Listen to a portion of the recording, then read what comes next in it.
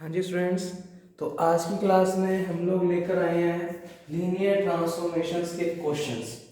वैसे पेपर में section B में एक क्वेश्चन लीनियर ट्रांसफॉर्मेशन का आएगा ही आएगा, जिसमें हमें सिंपल सा एक क्वेश्चन दे रखा होगा और टी को हमें लीनियर ट्रांसफॉर्मेशन प्रूव करना होगा।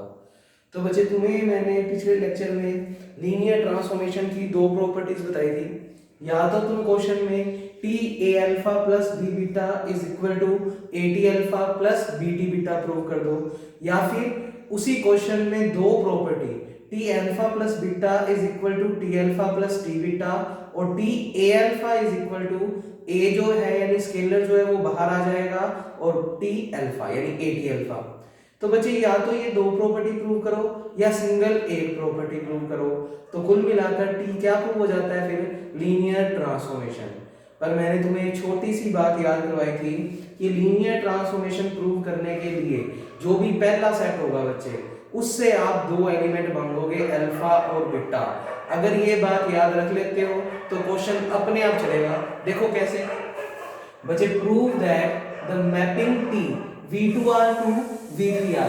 हमें एक टी नाम की मैपिंग दी हुई है जो V2R से कहां तक है V3R में, यानी पहले सेट का नाम क्या है बच्चे V2R और दूसरे सेट का नाम क्या है V3R। यानी जो पहला सेट है वो 2 डायमेंशन एलिमेंट्स रखता है और जो दूसरा सेट है वो 3 डायमेंशन एलिमेंट रखता है। पर हमारे लिए तो पहला सेट इंपॉर्टेंट है। क्या कहता, टी नाम का बंदा एक मैपिंग है, मैपिंग का मतलब फंक्शन है V2R से किसमें V3R में, तो पहला सेट हमारा V2R हो गया, विच इज डिफाइंड बाय, ये जो T इसके ऊपर डिफाइन किया गया है उसकी एक डेफिनेशन दी गई है और हर क्वेश्चन में दी जाएगी बच्चे। क्या कहता, जब भी तुम T को बच्चे V2R से किस टाइप के एलिमेंट आएंगे 2 डायमेंशन A, B टाइप के, तो कहता V2R से A, B टाइप का एलिमेंट आया और उसके ऊपर तुमने क्या ऑपरेट कर दिया T, और जैसे ही T ऑपरेट करोगे तो तुम्हें इक्वल टू में कितने डायमेंशन एलिमेंट मिलेगा 3 डायमेंशन, और वो क्या मिलेगा ये A एज इट इज, ये B एज इट इज, और तीसरा जो एलिमेंट मिलेगा वो मिलेगा 0। ये हर बार क्वेश्चन में दे रखा होगा कुछ ना कुछ। इस क्वेश्चन में ये दे रखा है, ये क्यों दे रखा है क्योंकि V2R का मतलब 2 डायमेंशन एलिमेंट होगा और रिजल्ट T लगने के बाद किस में कन्वर्ट हो जाएगा V3R में। अब V3R में उसने एलिमेंट की फॉर्म क्या दे रखी है, ये A एज इट इज, ये B एज इट इज, और कोमा लगाकर जो तीसरा एलिमेंट लिखना है वो 0 ही लिखना है। हो सकता है अगले क्वेश्चंस में यहाँ पर 1 लिख दे 2 लिख दे, तो फिर इसका मतलब तीसरा एलिमेंट हमें 1 ही लिखना है या 2 ही लिखना है, वो जो दे रखा होगा। ये चीज हर क्वेश्चन में चेंज होती रहेगी वाली, ये भी चेंज होती रहेगी और उसके अकॉर्डिंग ये भी चेंज होता रहेगा। क्या कहता, इस T को फिर क्या प्रूव कर दूंगा सर, लीनियर ट्रांसफॉर्मेशन V2 से V3, यानी यहां से यहां ये जो T मैपिंग है वो सिर्फ मैपिंग या फंक्शन ना होकर क्या प्रूव करो, लीनियर ट्रांसफॉर्मेशन। तो बच्चे लीनियर ट्रांसफॉर्मेशन के लिए बस हमें एक प्रॉपर्टी प्रूव करनी है। तुम्हें नोट भी लगवाया था कि अगर मॉड्यूलस टाइप के क्वेश्चन है या मैट्रिक्स टाइप के क्वेश्चन है तो वो दो फॉर्मूले प्रूव करने पड़ेंगे, नहीं तो आप हमेशा ये एक प्रॉपर्टी प्रूव कर दो। तो बच्चे लिखने का तरीका देखो, पेपर में लिखना बहुत सुंदर है हमें गिवन। बच्चे V2R और V3R तो यहाँ पर क्या है वेक्टर स्पेस, दो वेक्टर स्पेस होते थे, डेफिनेशन भी लिखवाई थी तुम्हें। T क्या है, एक फंक्शन, मैं लीनियर ट्रांसफॉर्मेशन नहीं बोल रहा, वो तो प्रूव करना है। T भी है function define on V2R to VTR such that, ये लिख दिया एज इट इज, और जो चीज दे रखी है वो भी लिख दी। इक्वेशन नंबर 1 इसका यूज करेंगे कहीं ना कहीं। एक ही क्वेश्चन सीखना है बच्चे, इसके लीनियर ट्रांसफॉर्मेशन क्वेश्चन बहुत आसान है और ये लीनियर ट्रांसफॉर्मेशन वाली प्रॉपर्टी प्रूव करनी बहुत ही आसान है। ध्यान से सुनना, ये चीज तो गिवन है इक्वेशन नंबर 1। फिर हमें प्रूव क्या करना है, इस T को हमें प्रूव करना है लीनियर ट्रांसफॉर्मेशन। तो to prove T be a linear transformation. अब T को लीनियर ट्रांसफॉर्मेशन प्रूव करना है, इसके लिए प्रूव क्या करेंगे, T A alpha plus B beta, ये लास्ट लेक्चर में तुम्हें लिखाई हुई है definition, is equal to A बाहर आ जाएगा T अल्फा प्लस B बाहर आ जाएगा T बीटा। जहां पर सबसे इंपॉर्टेंट बात थी अल्फा और बीटा। बच्चे अल्फा और बीटा तुम्हें हमेशा पहले सेट से मांगने हैं। पहले सेट का नाम क्या है बच्चे इस बार V2R। हो सकता है नेक्स्ट क्वेश्चन में यहाँ पर कुछ और नाम हो, तो हमें अल्फा बीटा इसी से मांगना है पहले सेट से। तो अल्फा बीटा मैंने इसलिए बॉक्स में बंद किया जहां पर अल्फा बीटा कहां से बिलोंग कर रहा है V2R, यानी अल्फा और बीटा की जो शक्ल होगी वो 2 डायमेंशन एलिमेंट होंगे। क्यों? क्योंकि अल्फा किस में बिलोंग कर रहा है? V2R में, और V2R में जितने भी एलिमेंट है वो कितने डायमेंशन होंगे? 2 डायमेंशन। अच्छा, और ये जो A और B है वो तो स्केलर है, और स्केलर हमेशा फील्ड से आते हैं, और बच्चे फील्ड के नाम क्या दे रखे हैं तुम्हें? R। तो ये जो A और B है वो कहां से आ रहा है? R से। ठीक है बच्चे, तो अब हमें basically LHS is equal to RHS prove करनी है, पर उसको प्रूव करने के लिए किसी भी क्वेश्चन में T को लीनियर ट्रांसफॉर्मेशन प्रूव करने के लिए आप पहले सेट से 2 एलिमेंट मांगोगे। अच्छा, एक डायग्राम बना लेते हैं। पहला सेट V2R और दूसरा सेट V3R। बनाना चाहो तो बना देना, थोड़ा क्वेश्चन और अच्छा लगता है। V2R T नाम की मैपिंग दे रखी है, V2R से V3R में फंक्शन डिफाइन किया हुआ है, और V2R से हमने कौन कौन से 2 एलिमेंट मांगे हैं? Alpha beta. थोड़ी सी शक्ल की बात करें तो अल्फा की शक्ल V2R में क्या होगी बच्चे? 2 डायमेंशन एलिमेंट, जैसे तुम्हें दिख भी रहा है। V2R से उसने क्या मांगा हुआ है? A, B। तो हमने मान लिया अल्फा की वैल्यू A1, B1, और बीटा की वैल्यू A2, B2। क्योंकि अल्फा बीटा V2R में बिलोंग कर रहे हैं तो उनकी शक्ल 2 डायमेंशन होगी।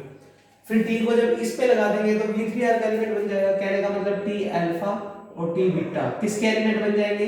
V3R के। बनाना चाहो तो बना देना, नहीं तो कोई जरूरी नहीं है, यहां आ जाओ सीधा। T को लीनियर ट्रांसफॉर्मेशन के लिए पहले सेट से 2 एलिमेंट मांग लिए। लाइन की शुरुआत यहीं से करनी है। हमने अल्फा और बीटा 2 एलिमेंट V2R यानी पहले सेट से मांग लिए। मैं लिख देता हूं ब्रैकेट में, पहले सेट से मांग लिए। पेपर में मत लिख देना ये बात, ठीक है। अब अल्फा V2R से मांगा है तो अल्फा की शक्ल भी लिखनी है। अल्फा की शक्ल हो गई बच्चे, डायग्राम में दिख भी रहा होगा, A1, B1। बस एक क्वेश्चन ही अच्छे समझना है। और बीटा की शक्ल V2R से मांगी है तो A2, B2। इतनी बात तो क्लियर है बच्चे में। अब हमें LHS equal to RHS prove करनी है, पर LHS को प्रूव करने से पहले ये एलिमेंट बनाना तो पड़ेगा। तो हम वैल्यू निकाल रहे हैं A alpha plus B beta. तो नाउ मैं इतना स्टेप बुला रहा हूं, हर बार आपको ऐसे ही करना है। Now A alpha plus B beta, T तो बाद में ऑपरेट करेंगे, पहले इतने की वैल्यू तो निकालें। तो A alpha plus B beta, बच्चे A तो A ही है, पर अल्फा की value A1, B1, A1, B1। अब बच्चे कई गलती क्या करते हैं, अल्फा को मान लो A, B मान लेते हो, कोई दिक्कत नहीं है, और बीटा को फिर C, D मान लेते हो। पर बच्चे जब तुम इसके अंदर वैल्यू रखोगे A, B, और ये अगर तुम A ही मान लेते हो तो फिर वो A स्क्वायर बन जाएगा, वो फिर सोल्व नहीं हो पाएगा।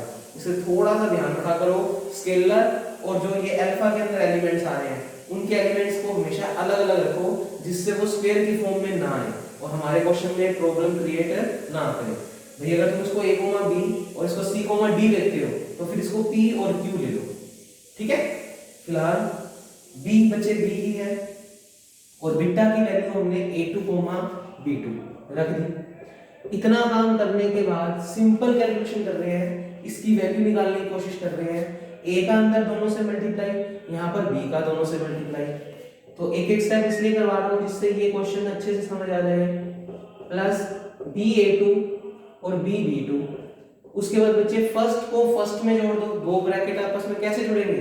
पहला पहले में और दूसरा दूसरे में जोड़ दो।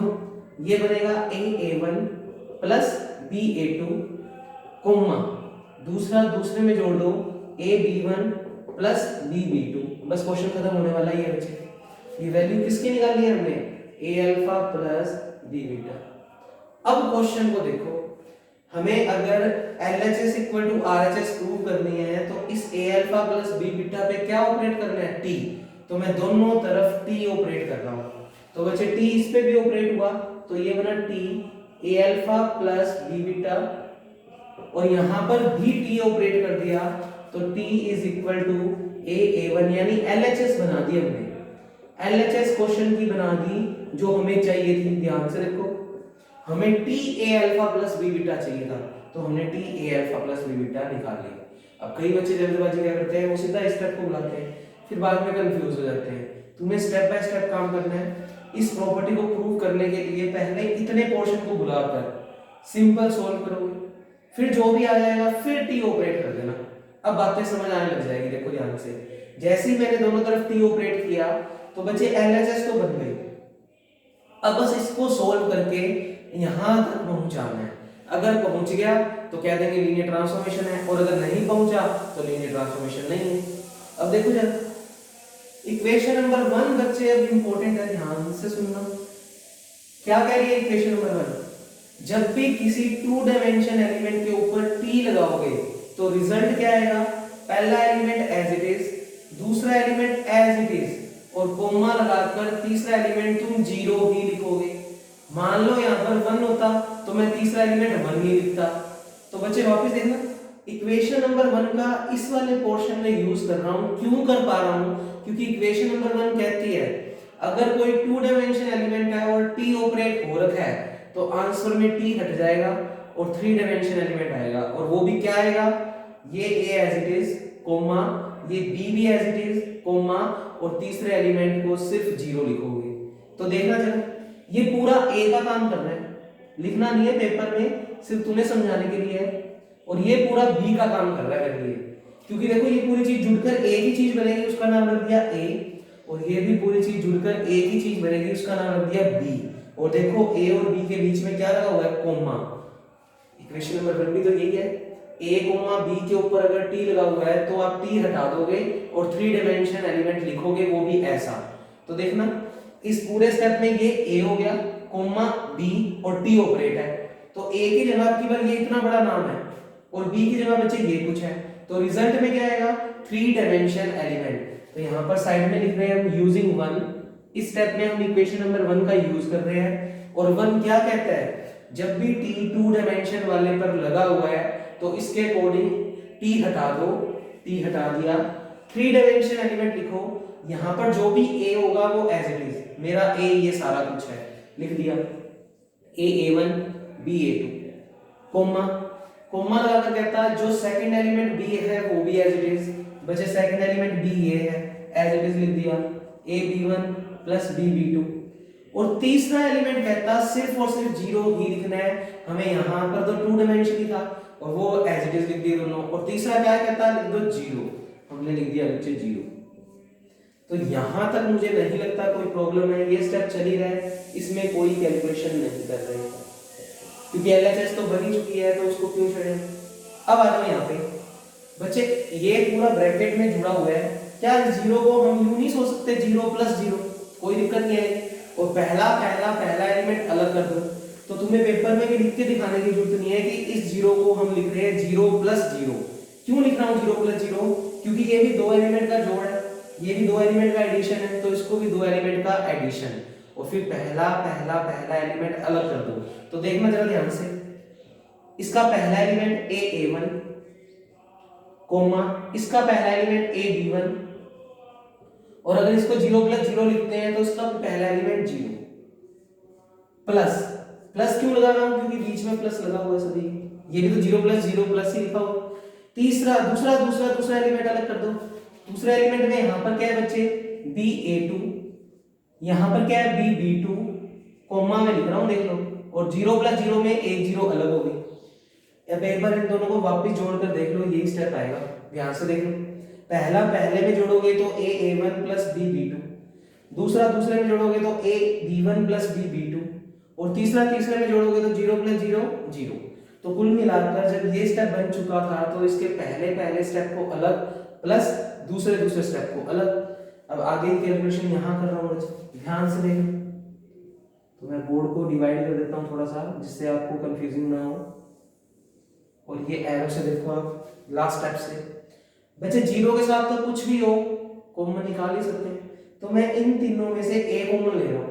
जब ए कॉमन लूंगा तो वो 0 के अपॉन में जाएगा, पर 0 के अपॉन में कुछ भी हो 0 ही बनेगा, तो टोटल इसमें से ए कॉमन आ गया। तो पहले ब्रैकेट में से ए अगर कॉमन लेते हैं तो देखना अंदर बनेगा A1, B1, 0, A1, B1, 0, क्योंकि 0 में से भी ए कॉमन लिया, अपॉन में लिया, और 0 अपॉन ए 0 ही होता है, प्लस चल रहा है। और दूसरे ब्रैकेट में से ध्यान से देखो बी कॉमन आ रहा है, अगर बी कॉमन ले लें तो ब्रैकेट में क्या बचेगा? A2, B2 और 0। और बच्चे इक्वेशन नंबर 1 फिर से यूज कर रहे हैं, तो इक्वेशन नंबर 1 का हर बार क्वेश्चन में 2 बार यूज होगा। एक तो जब p ऑपरेट हो रखा है तो वो उसको बिना t के दे देगा, और फिर एंड में यूज होगा रिवर्स में, आंसर को वापस टी में लेकर आएंगे। तो यूजिंग वन, पहले तो टी से खत्म किया, अब टी को फिर लाएंगे। देखो कैसे, यूजिंग वन, ए तो एज इट इज, बड़ा सिंपल क्वेश्चन है, आराम से देखना इसको। a1 b1 0, इसमें इक्वेशन 1 यूज कर रहा हूं।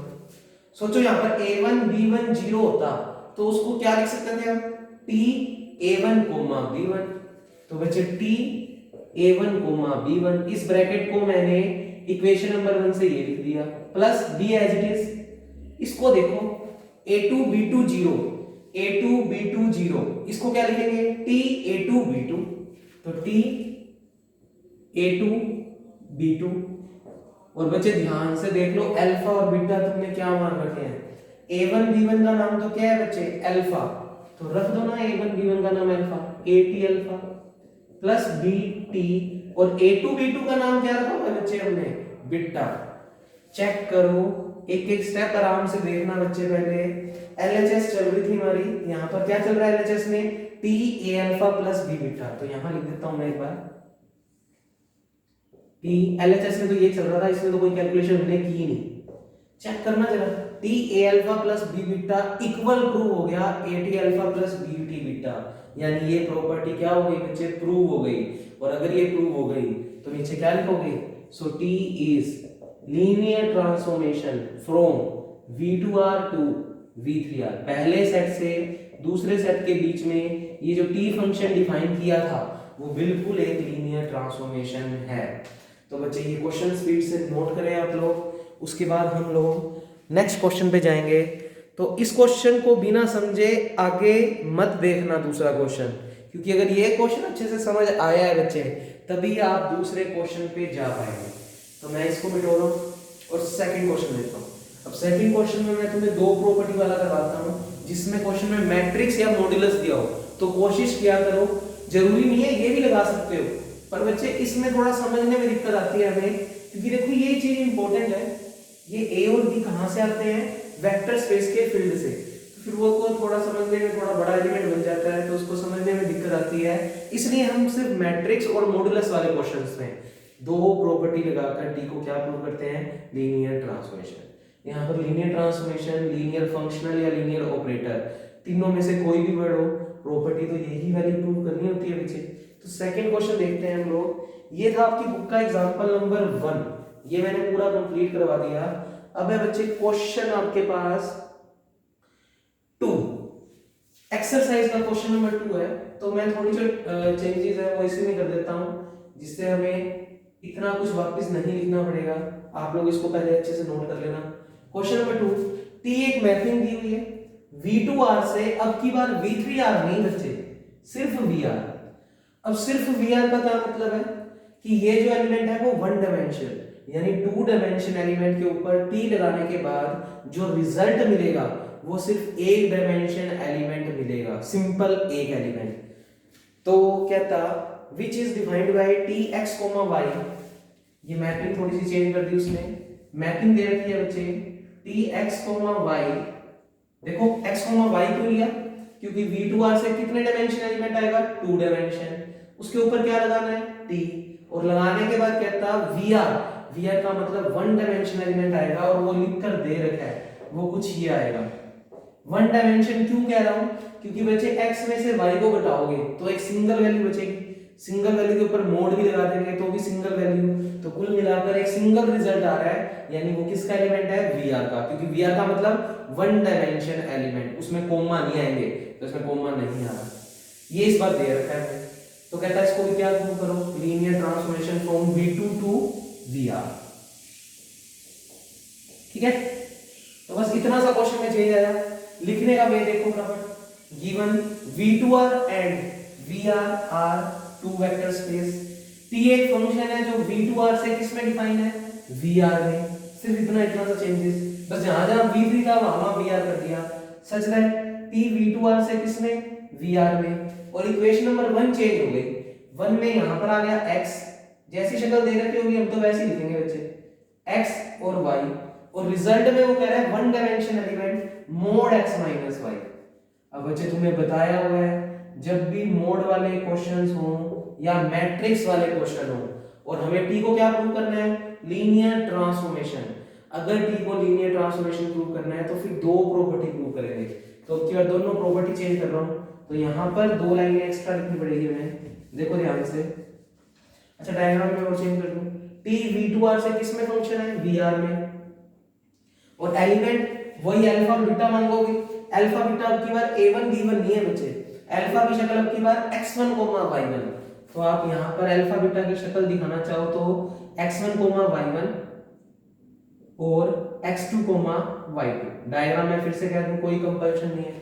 और जैसे t अल्फा पे और बीटा पे लगाओगे तो किसका एलिमेंट बन जाएगा, vr का, जो एक्चुअल में हमें पता है क्या बनेगा। सोचो क्या बनेगा, t को जब तुम्हें अल्फा पे लगाओगे, अल्फा क्या है x1 y1, x1 y1 पर t लगाओगे तो इसके अकॉर्डिंग रिजल्ट क्या मिलेगा, x1 y1 का मोड। तो चाहो तो दिखाना चाहते हो तो लिख सकते हो x1 y1 का मोड। और ऐसी बीटा की वैल्यू x2 y2, उसके ऊपर t लगाओगे तो क्या बनेगा, x2 y2 का मोड।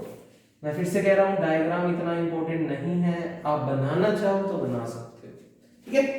तो इस बार इक्वेशन नंबर 1 मेरी ये हो गई, t को वही लीनियर ट्रांसफॉर्मेशन प्रूव करना है क्योंकि मोड वाला क्वेश्चन है।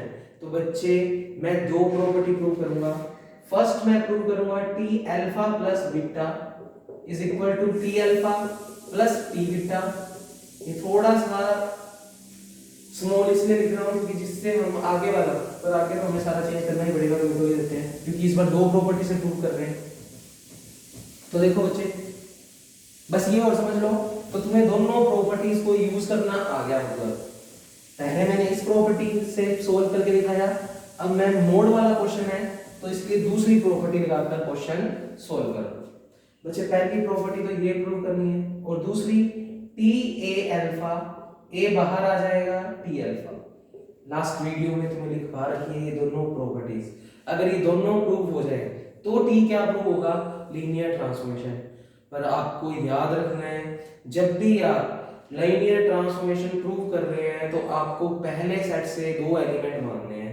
बच्चे इस बार वाले क्वेश्चन में पहले सेट का नाम v2r, तो मैंने अल्फा बीटा तो कहां से मांगे, v2r, और जो भी a और b टाइप के स्केलर आ रहे हैं वो कहां से आ रहे हैं, r से।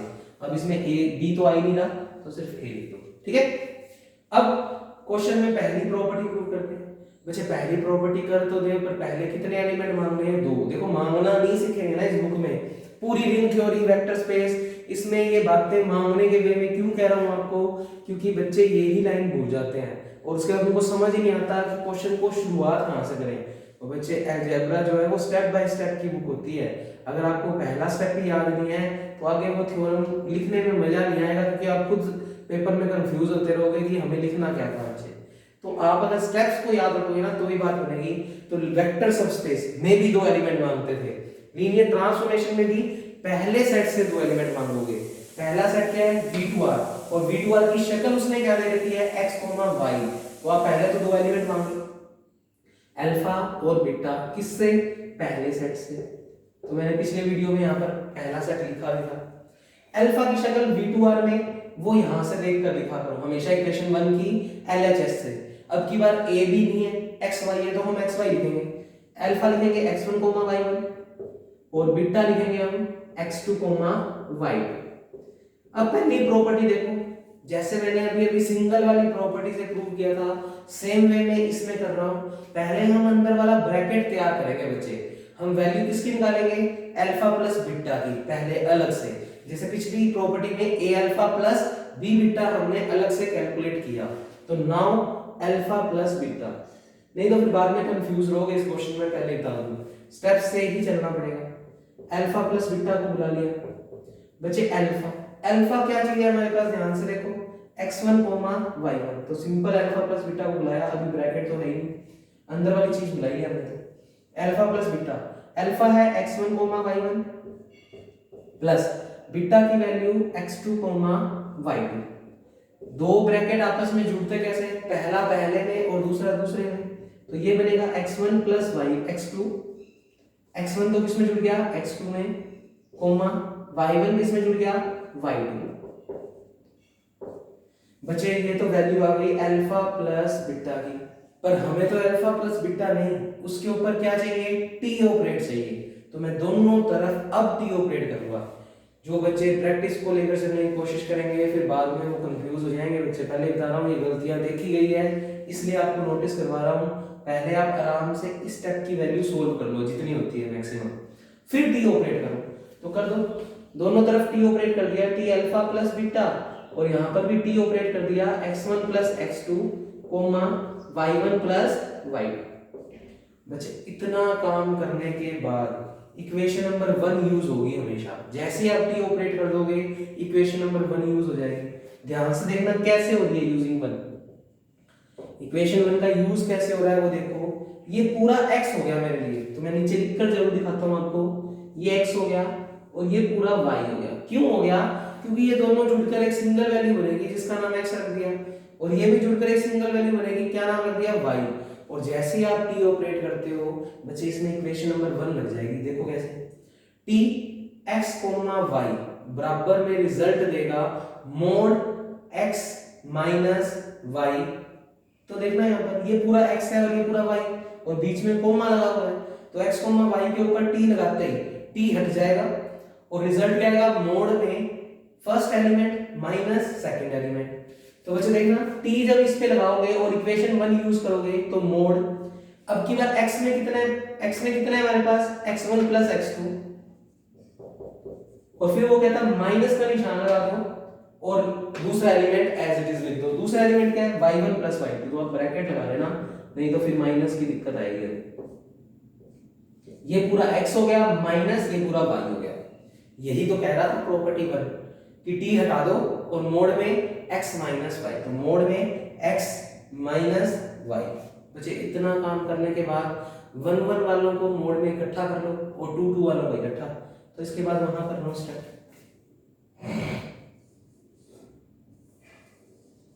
देखो LHS तो चली गया, LHS में कोई दिक्कत नहीं है, लिख भी देते हैं ये लोग टी अल्फा प्लस बीटा, उसमें कोई कैलकुलेशन नहीं कर रहे। इक्वल टू में देखो 1 1 वालों को इकट्ठा, तो माइनस का y1 जब x1 के साथ इकट्ठा होगा तो क्या बनेगा? x1 माइनस y1, और x2 माइनस अंदर जाएगा तो ये y2 भी माइनस का हो जाएगा, तो प्लस x2 माइनस y1। तो सिंपल कैलकुलेशन कर रहे हैं, 1 1 वालों को इकट्ठा और 2 2 वालों को इकट्ठा। अब बच्चे आपने एक छोटी सी प्रॉपर्टी पढ़ रखी है, मैं लिखता हूं इसके बाद और तुम्हें भी लिखनी है। प्रॉपर्टी है बच्चे मोड में a प्लस बी हमेशा लेस देन इक्वल टू होता है mode a plus mod b। Vector space के भी एक क्वेश्चन में तुमने यूज की हुई है। ये पूरा a हो गया, देखो ध्यान से, पेपर में ये स्टेप नहीं लिखना, सीधा बस ये रीजन लिखना है और वो रिजल्ट लिखना है। और ये मान लो पूरा b हो गया। 1 1 वालों को पूरे को नाम दे दिया a और 2 2 वालों को नाम दे दिया b। प्रॉपर्टी देखना क्या कहती है, a प्लस b के ऊपर अगर मोड लगा हुआ है, a प्लस b के ऊपर अगर मोड लगा हुआ है तो आप रिजल्ट में a के ऊपर मोड अलग कर दो, b पे मोड अलग कर दो, और जहां पर मोड अलग किया है वहां पर तुम साइन खोल दो। तो देखना LHS तो चली गई, t अल्फा प्लस बीटा, इसमें कोई चेंज नहीं। ये a प्लस बी का total mod, a plus B का टोटल मोड, उसको आप लिख सकते हो mod a plus mod b, mod a plus mod b। तो प्रॉपर्टी का यूज करें तो a पे मोड अलग कर दो, a पे मोड अलग करेंगे तो x1 माइनस y1, ये पूरा a था, इस पे मोड अलग, बीच में क्या लगाना है प्लस, और b पे मोड अलग, तो x2 माइनस y2 का मोड। पर प्रॉपर्टी कहती है जहां पर मोड को तुम अलग कर रहे हो, इस पे जब ये वाली प्रॉपर्टी यूज करके मोड अलग कर रहे हो तो जहां मोड अलग किया है वहां साइन खोल दो। इक्वल का साइन क्या आएगा और जिस तरफ मोड अलग किया है उस तरफ साइन खोल दो। अब बच्चे इतना काम करने से बना क्या, x1 माइनस y1 का मोड, वापस इक्वेशन 1 यूज करो। आपको बताया था ये जो प्रॉपर्टी दे रखी होगी वो 2 बार यूज होगी। एक बार तो जब जहां पर टी ऑपरेट करोगे तब तो यहां से यहां यूज होगी, और जब एंड में पहुंच जाएंगे तो यहां से यहां यूज होगी वापस। तो यूजिंग 1 बस ये 2 बार यूज होगी, ये याद रखना। निशान चल रहा है x1 माइनस y1 का total mode, x1 minus y1 का टोटल मोड इक्वेशन 1 से क्या लिख सकते हो, t x1 y1, t x1 y1 plus x2 minus y2 का टोटल मोड, अगर यहाँ पर 2 2 है तो यहाँ पर भी 2 2 लग जाएगा, तो क्या बनेगी वैल्यू t x2 y2, तो रिवर्स में यूज हो रही है प्रॉपर्टी। बच्चे एलएचएस चली रही है, ये क्वेश्चन भी कंप्लीट हो गया, वो क्यों वो देखना जरा ध्यान से।